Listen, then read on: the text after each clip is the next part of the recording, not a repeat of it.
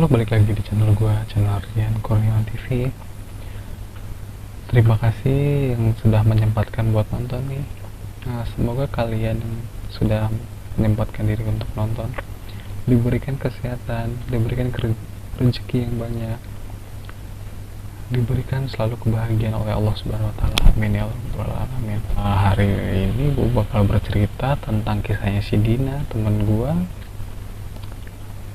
Dia itu pengalaman dia saat dia masih SMP kalau nggak salah ya, dia cerita itu.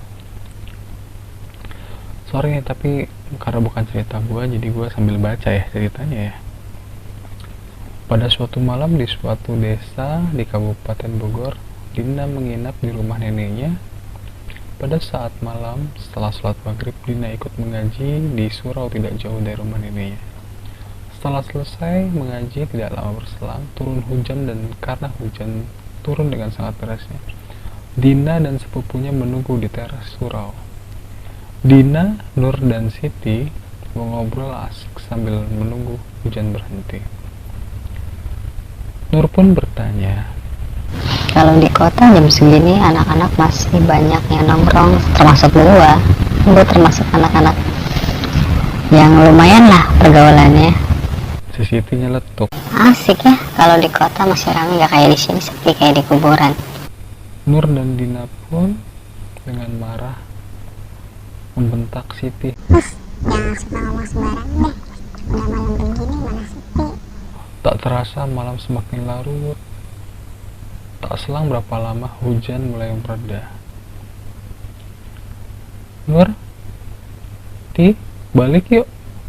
Mereka pun menjawab, Ayo, udah malam, takut nih. Dina, Nur, dan Siti bersiap pulang, namun saat di depan pagar masjid, tiba-tiba mereka dikejutkan oleh sesosok bayangan putih yang melintas di hadapan mereka. Mereka terdiam, tak bergerak saat melihat bayangan itu, dan saling menatap dengan wajah yang pucat. Dina pun bertanya kepada mereka, Kalian lihat nggak tadi? Nur pun menjawab, Iya, aku lihat. Siti dengan takutnya dia berkata Kata, takut, pulang yuk, pulang. sambil menggandeng erat tangan si Dina. Yang konyolnya, mereka penasaran dengan apa yang mereka lihat. Mereka pun memberanikan diri untuk mengikuti bayangan itu dari kejauhan. Dengan rasa takut di hati mereka, mereka mengikuti sosok itu langkah demi langkah sambil bergandengan. Siti udah gemetaran, gak kuat saking takutnya. Siti pun berkata, Pulang, kita pulang yuk. Ayo pulang, udah gak kuat nih, takut. Dina pun menjawab, Bentar, penasaran aku ih. Nur pun berkata, Takut amat sih, tadi ngomongnya enggak. Sekarang takut minta pulang.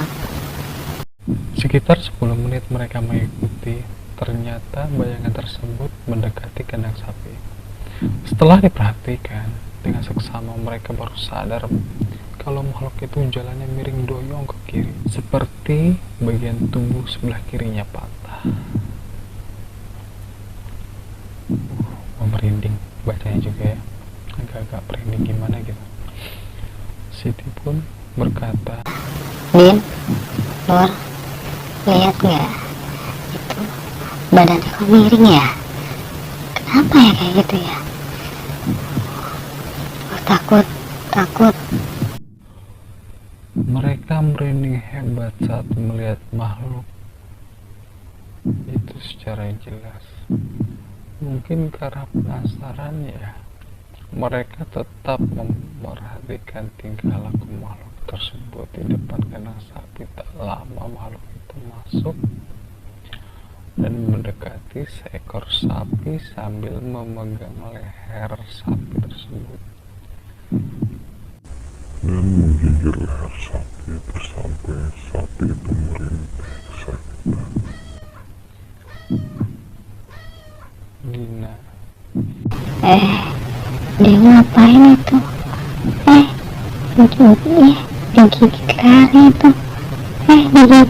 Hanya dalam hitungan menit, sapi itu pun berubah menjadi kurus kering dan mati.